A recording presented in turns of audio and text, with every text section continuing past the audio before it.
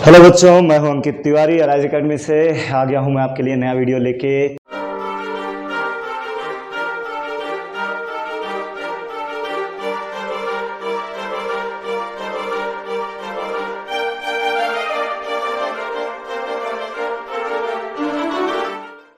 1.3 का मैंने कुछ कंसेप्ट आपको बताया था। 1.3 के लिए किसकी ज़रूरत है वो हमारा कंप्लीट हो चुका है। हम उसके आगे बढ़ते हैं एक्सरसाइज के लिए। तो एक बार जल्दी से रिकॉल कर लेते हैं कि हमने कौन कौन सी चीज़ें देखी थी। अगर वीडियो थोड़ा सा भी फास्ट लगे आपको कि हाँ मैं कुछ ज़्यादा ही फास्ट जा रहा हूँ, तो आप बिल्कुल जाइए वहाँ पर स्लोप करके 0.5 या 0.25 जितना भी आपको लगे उस हिसाब से आप मैनेज करके वीडियो देख लीजिए। ठीक है, तो स्टार्ट करते हैं कि क्या है।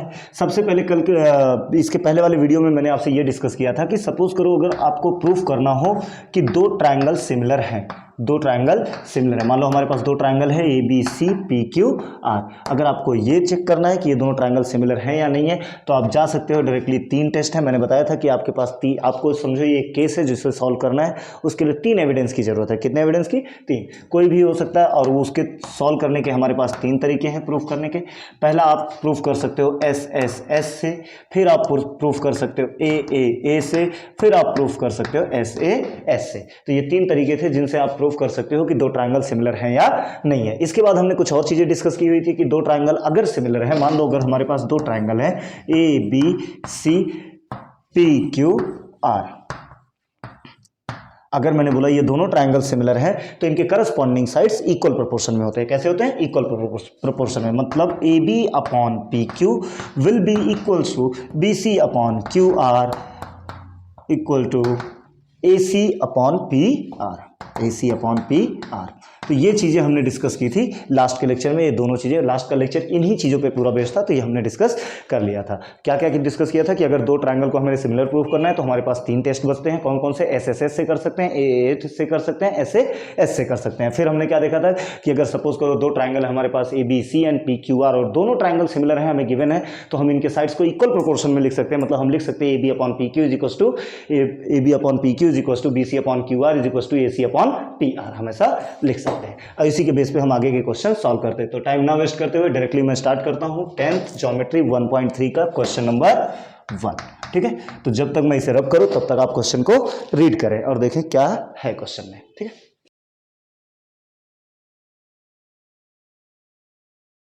हाँ, तो स्टार्ट करता हूं मैं क्वेश्चन नंबर 1 हमें दिया हुआ इन द एडजॉइनिंग फिगर हमें डायग्राम दिया हुआ है, तो मैं डायग्राम बना ही लेता हूं सबसे पहले। साथ में ही डायग्राम हमें कुछ इस तरीके का दिया हुआ है।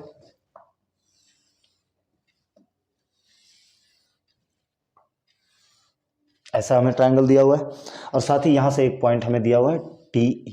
ठीक है, इनका नेमिंग कर देता हूं मैं, ए बी सी डी ई। ये हमें ट्रायंगल में नेम, इनके नेम दिए हुए हैं।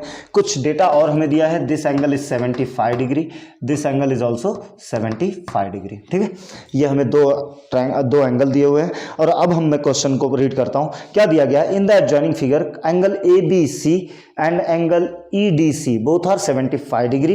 State which two triangles are similar and by which test. Also write the similarity of these two triangles by a proper 1-to-1 correspondence.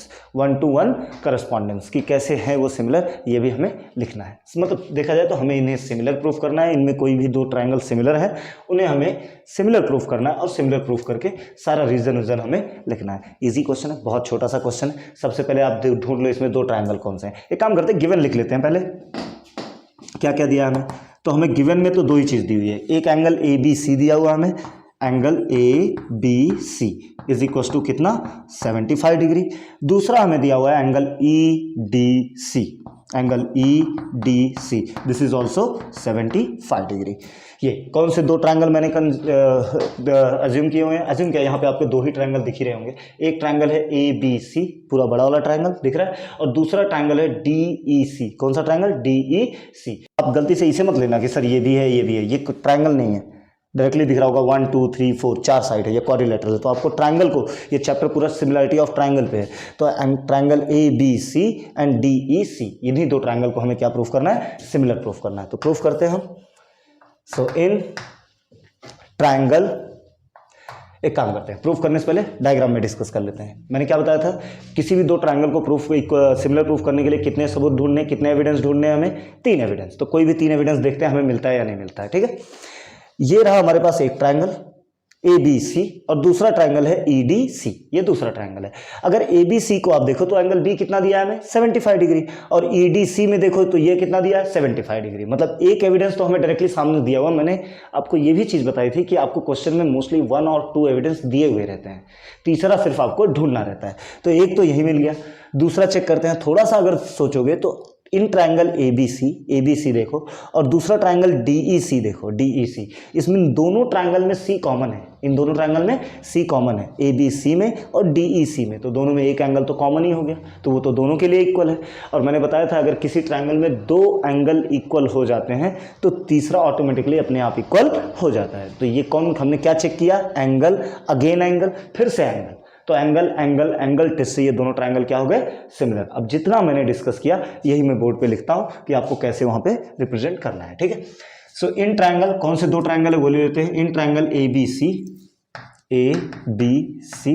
And triangle DEC, ये 2 triangle हमने ले लिया और इन्हीं दोनों ट्रायंगल को हम सिमिलर प्रूफ करेंगे, ठीक है।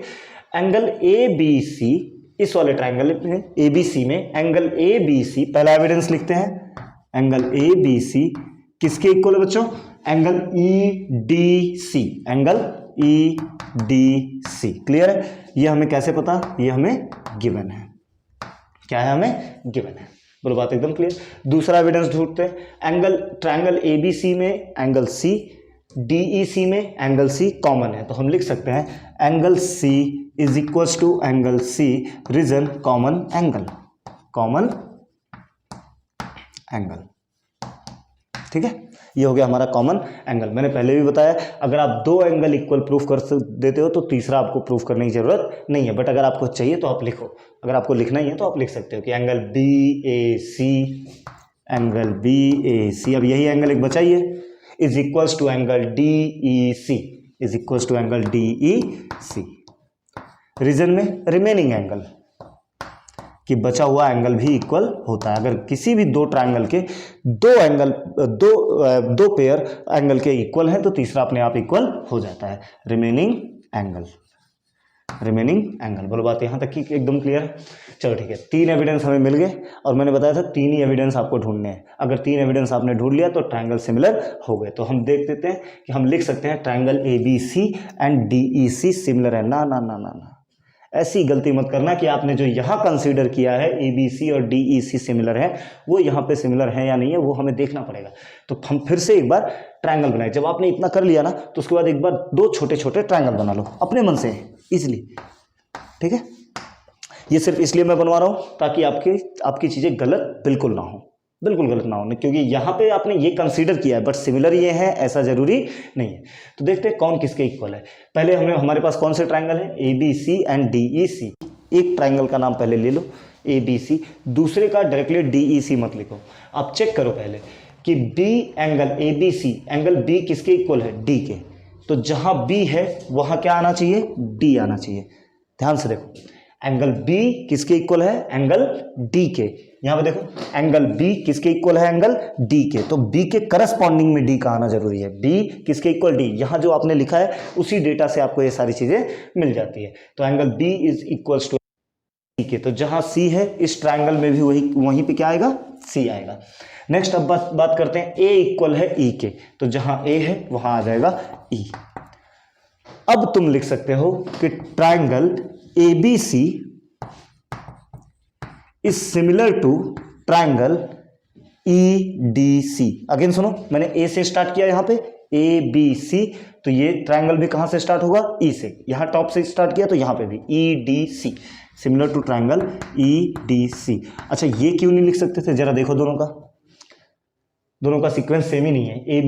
ABC सेम, बट ये DEC है और एक्चुअल में सिमिलर क्या है, EDC। तो ये जरूर ड्रॉ कर लेना आप।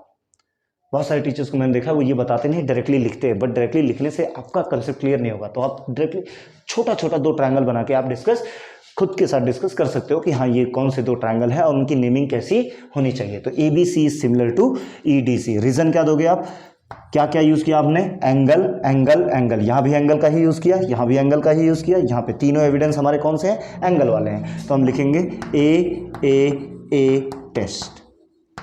अच्छा, ये ऐसा लिखने से फायदा क्या होगा, हमें नेक्स्ट इसी क्वेश्चन में लास्ट में क्या बोला गया है, वो हमें बोला गया है आगे कि right the similarity of these two triangles by a proper 1:1 corresponding, 1:1 correspondence, कि कौन किसके करस्पॉन्डेंस में है, तो मैंने 1:1 ही लिखा, जरा देखो, ए से ई, ए का ई, बी का डी, यस बी का डी, सी का सी, सी का सी, बिल्कुल सेम वही लिखा है मैंने, तो एक ही बार में आपका दोनों काम हो जाता है, एकदम परफेक्ट हो जाता है।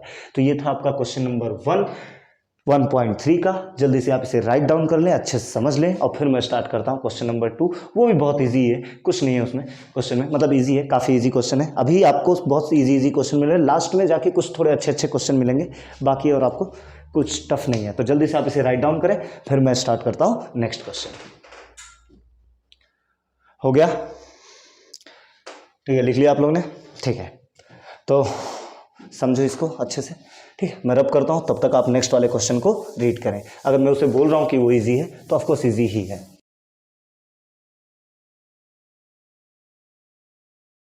So question number 2, question number 2 देखते हैं, क्वेश्चन नंबर 2 हमें क्या बोल रहा है, क्वेश्चन नंबर 2 में दिया है are the triangles in the adjoining figure similar, if yes by which test, मतलब हमें दो ट्रायंगल बनाया गया है और बोल रहा है क्या ये सिमिलर है, अगर सिमिलर है तो बाय विच टेस्ट, किस टेस्ट से ये सिमिलर है। तो मैं सबसे पहले तो मैं डायग्राम बना लेता हूं, उसके बाद हम डिस्कस करते हैं। क्या दिया हमें डायग्राम में, दो डायग्राम हमें ड्रॉ करना पड़ेगा, एक ये डायग्राम है,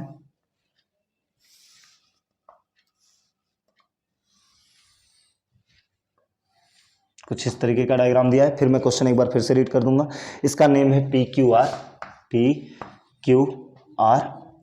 दूसरा जो ट्रायंगल है उस वो हमें दिया हुआ है LMN,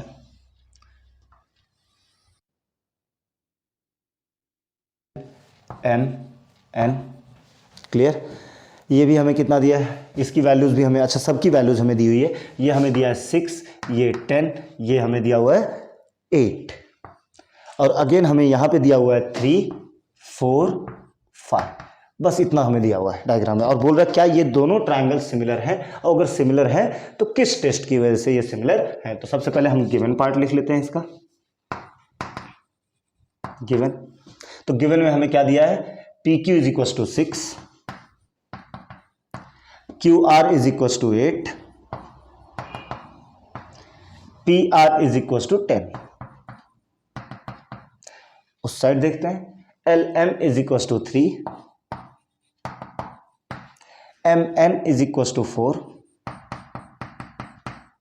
और LN इज इक्वल टू, अब देखो तो यहाँ पे एंगल हमें कुछ दिया नहीं है, और साइड भी डायरेक्टली इक्वल है नहीं कि हम S लगा दें, थोड़ा सा, अगर आपको मैंने 3 तरीके बताए थे, या तो S से कर दो, या A से कर दो, या S से कर दो, लेकिन उन तीनों कंडीशन यहाँ पे हमें मिल नहीं रही है, ना तो इनके साइड्स इक्वल दिख रहे हैं, हमें नहीं दिख रहे, ना तो हमें एंगल के बारे में कोई इन्फॉर्मेशन दिया है कि हम समझ जाएं कि एंगल इक्वल है, तो हमें उस तरीके से तो सॉल्व नहीं हो सकता। लेकिन मैंने आपको ये भी बताया है कि अगर दो ट्रायंगल सिमिलर हों तो उनके करस्पॉन्डिंग साइड्स इक्वल प्रोपोर्शन में होते हैं, तो हम वो भी तो चेक कर सकते हैं कि इनके करस्पॉन्डिंग साइड्स अगर इक्वल प्रोपोर्शन में हैं, मतलब ये दोनों ट्रायंगल सिमिलर हैं, तो हम उस थ्रू चलते हैं, देखते हैं सॉल्यूशन में। तो पहले तो दोनों ट्रायंगल लिख लो, इन ट्रायंगल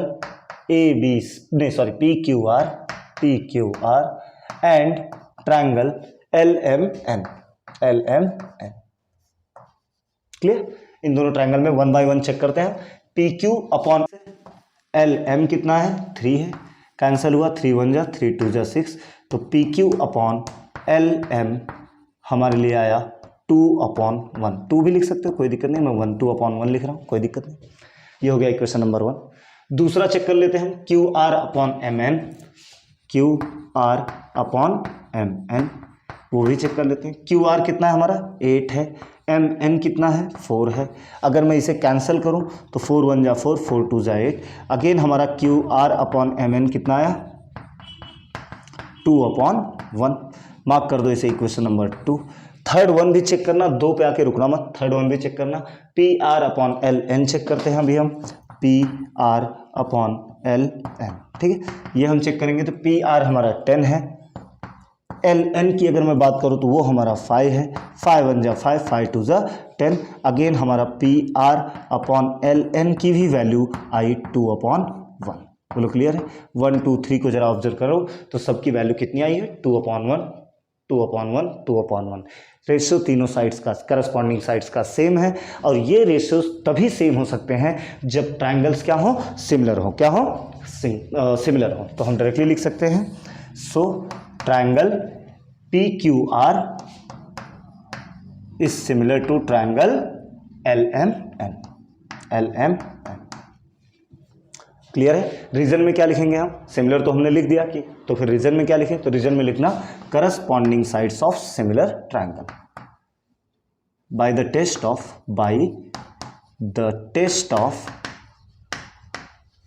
करस्पॉन्डिंग साइड्स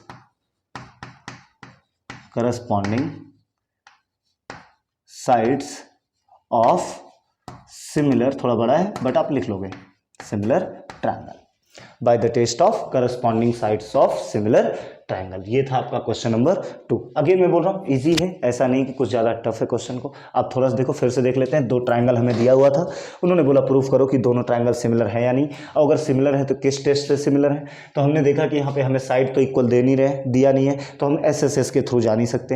एंगल के बारे में कोई इन्फॉर्मेशन दी नहीं है तो ए से भी नहीं जा सकते। और हमें साथ ही साथ हमें एक और चीज़ नहीं दी हुई है, मतलब एंगल तो दी नहीं है बट हमारे पास एक और तरीका है, एस भी हमारे पास तरीका है। अगेन साइड तो इक्वल दिया नहीं है, एंगल भी नहीं दिया हुआ है, तो एस भी नहीं जा सकता। फिर बचा हमारे पास एक ही तरीका कि हमने ये भी पढ़ा था कि अगर 2 ट्राइंगल सिमिलर हों तो उनके करस्पॉन्डिंग साइड्स इक्वल प्रोपोर्शन में होंगे। तो हमने इनके करस्पॉन्डिंग साइड्स को चेक किया और हमने देखा सच में वो इक्वल प्रोपोर्शन में है। अगर वो करस्पॉन्डिंग साइड्स इक्वल प्रोपोर्शन में है तो हम डायरेक्टली बोल सकते हैं कि ये दोनों ट्राइंगल क्या है, सिमिलर है। क्लियर।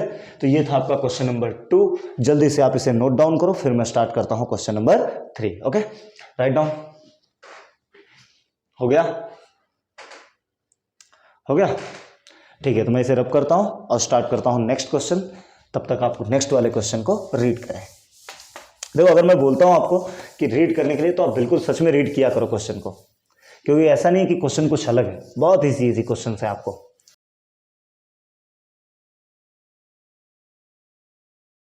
देखो क्या दिया है हमें नेक्स्ट क्वेश्चन में, क्वेश्चन दिया है हमें एज सोन। अरे बहुत बड़ा क्वेश्चन है ये तो, ठीक है। तो एक काम करता हूं, पहले मैं डायग्राम बना देता हूं, फिर उसके बाद हम चलते हैं। एक डायग्राम तो हमें ऐसा कुछ दिया है, ठीक है। डायग्राम में हमें दिया है पी क्यू आर, इसका नेम है पी क्यू आर। साइड्स के बारे में भी कुछ इंफॉर्मेशन दिया हुआ है। ये हमें दिया हुआ है 4 मीटर और ये हमें दिया हुआ है 6 मीटर। एक और ट्रायंगल बगल में ही बनाया है इन्होंने, कुछ ऐसा है, ये थोड़ा बड़ा है, ठीक है, कोई दिक्कत नहीं। ये ट्रायंगल कुछ ऐसा दिख रहा है, this angle is 90 degree again, and ये हमें x दिया हुआ है, दिस वन इज 8, ठीक है। ए सी एंड बी ये हमें दिया हुआ है। अब मैं क्वेश्चन को रीड करता हूं। देखो क्या दिया है, as shown in figure, adjoining figure, 2 poles of height 8 metre and 4 metre.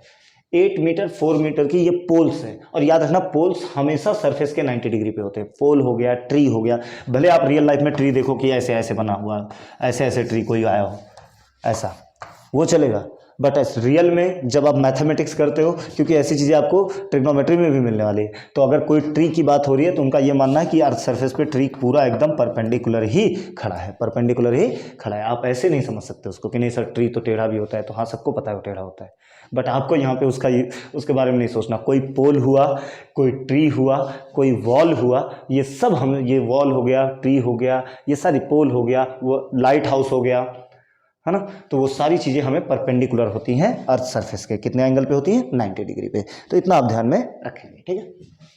तो ये चीज़ें हमें दी हुई है। अब उन्होंने क्या बोला हमें आगे, height of 8 metre and 4 metre are perpendicular to the ground. Again उन्होंने चलो बोल ही दिया हमें परपेंडिकुलर टू द ग्राउंड है।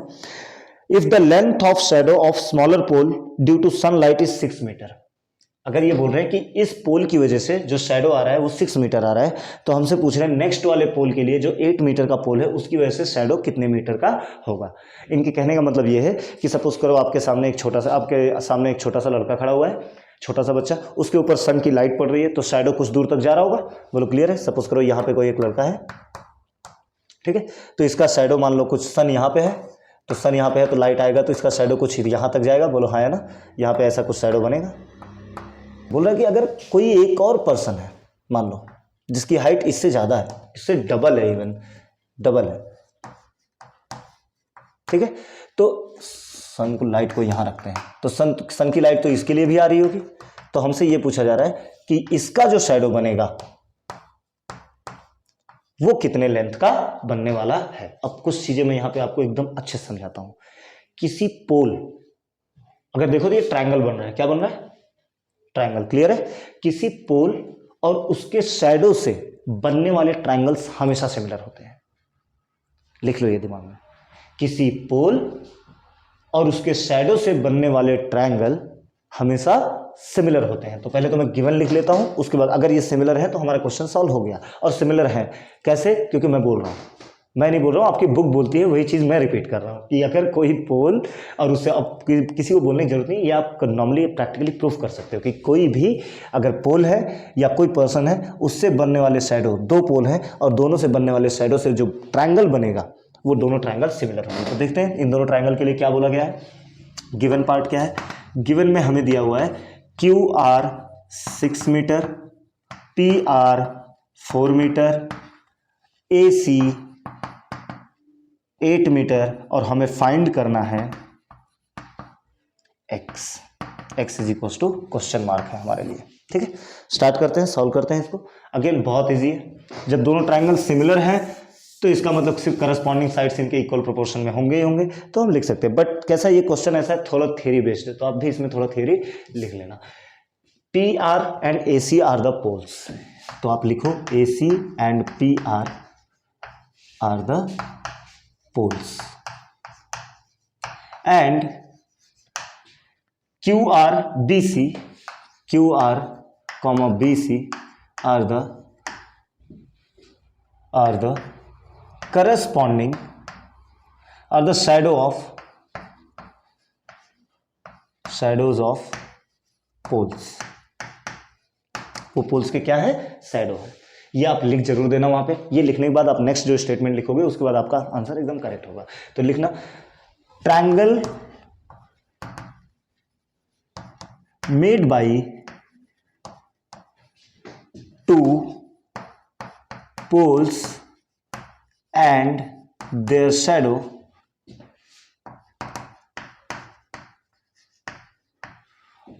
are always similar। बस इसी एक स्टेटमेंट को लिखना आपके लिए जरूरी है कि triangle made by two poles and their shadow. अगर कोई दो ट्रायंगल बने हैं दो पोल से और उनके शैडो से, तो वो दोनों ट्रायंगल हमेशा सिमिलर होते हैं, ठीक है। मतलब हम लिख सकते हैं triangle P Q are is similar to triangle ABC। ये सिमिलर है, ठीक है। PQR is similar to ABC। अगर ये दोनों ट्रायंगल सिमिलर हैं तो इनके करस्पॉन्डिंग साइड्स इक्वल प्रोपोर्शन में होंगे। तो हम लिख सकते हैं PQ upon AB is equal to QR upon BC is equal to PR upon AC। Reason में corresponding sides of similar triangle, corresponding sides of, पूरा लिख देता हूं मैं, सिमिलर ट्रायंगल्स, ठीक है। Corresponding sides of similar triangle, mark कर दो इसे इक्वेशन नंबर 1। चलो ठीक है, आगे बढ़ते हैं। जरा देखो हमारे पास डेटा किसका है, P R, Q R, D C, A C. मतलब हमें पी क्यू और ए बी की कोई जरूरत नहीं है, तो जब जरूरत नहीं है तो हम लिखे ही क्यों, तो इसको हटाओ, पी क्यू और ए बी को, सिर्फ इन चारों को रखते हैं हम अपने पास। Q R upon B C is equal to P R upon A C, ठीक है। इसे मार्क कर दो इक्वेशन नंबर 2। चलो लिख देते हैं, डेटा लिख देते हैं। What is Q R, 6। What is B C, दिया ही नहीं है, वही तो हमें फाइंड आउट करना है। X is equal to what is P R, 4, AC 8। Clear, कहां से पता चला, from two and given, from two and given. Cross multiply कर दो, आपको आंसर मिल जाएगा। तो क्या आ जाएगा, x into four is equal to 6 into 8। तो x is equal to 6 into 8 divided by 4, cancel करोगे 4 टू ज़ा 8, तो x की वैल्यू कितनी आ गई हमारे, x विल बी 6 टू ज़ा 12। जरा मैं देख लेता हूँ किस में दिया, मीटर में दिया है, तो हमारा ये भी आंसर किस में आ जाएगा, मीटर में। मतलब x की value shadow of the second pole या bigger pole is what, 12 metre. ठीक है, तो ध्यान में रखें, ये था आपका लास्ट लेक्चर, थोड़ा सा लेंदी हो गया होगा बट ठीक है, इतना तो चलता है। आप थोड़ा प्रैक्टिस करते रहे, समझते रहे, चैनल को सब्सक्राइब करना ना भूलें। ओके, मिलते हैं in the next lecture, bye bye, take care.